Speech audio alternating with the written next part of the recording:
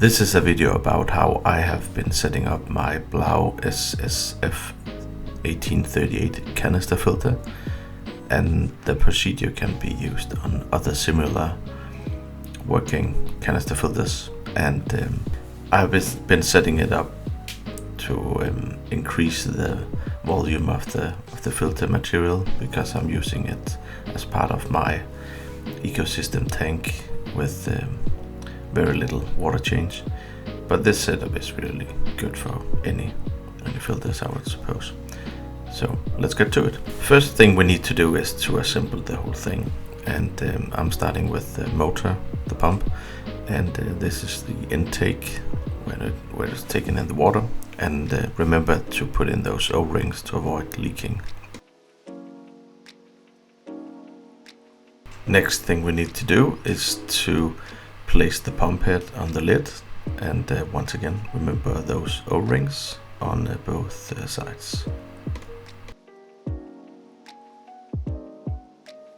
There's also a stand for the pump head to keep it steady and quiet.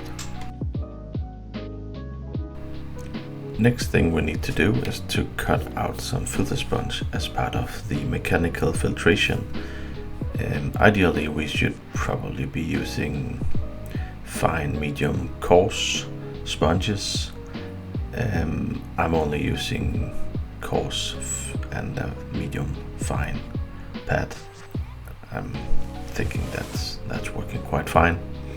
So I'm using the filter bucket to measure the size and to cut a nice round shape.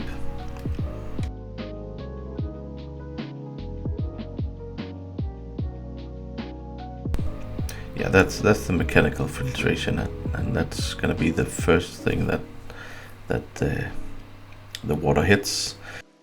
The important part here is to go from coarse to finer, because otherwise all the muck will just be trapped in the fine pad. So take the coarse one first. Then we need to take care of the biological part of the filter, and here we need to use some filter media.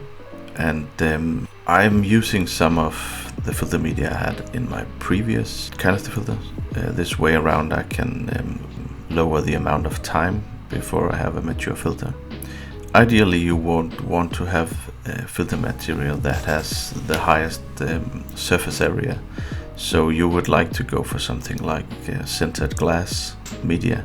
There's various types out there, but the sintered glass types are the ones with the highest capacity on the surface area.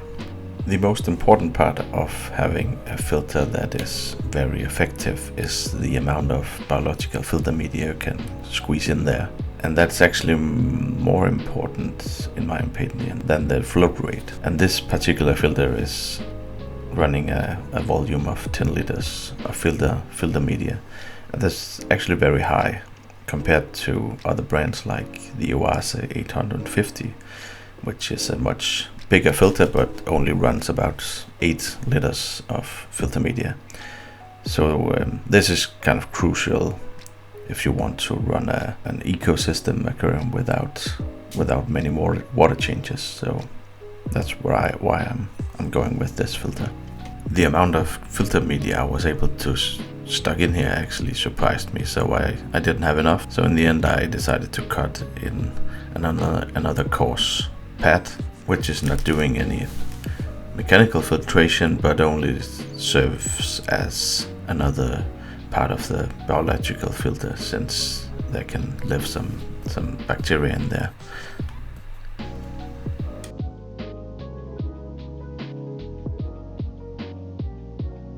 Next step is the hoses for the filter. Blau supports it with black hoses. I'm actually mostly using transparent hoses, but I think they kind of fits the overall look of the filter and looks kind of good with the alloy. You could probably have done this easier by heating the hoses up a bit, but yeah, I was going for my raw muscle power. Installed and ready to go.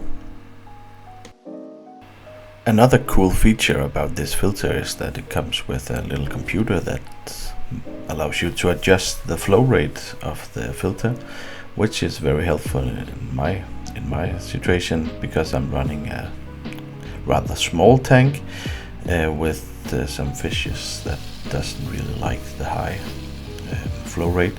So I'm actually just running about 40 or 50% of the capacity.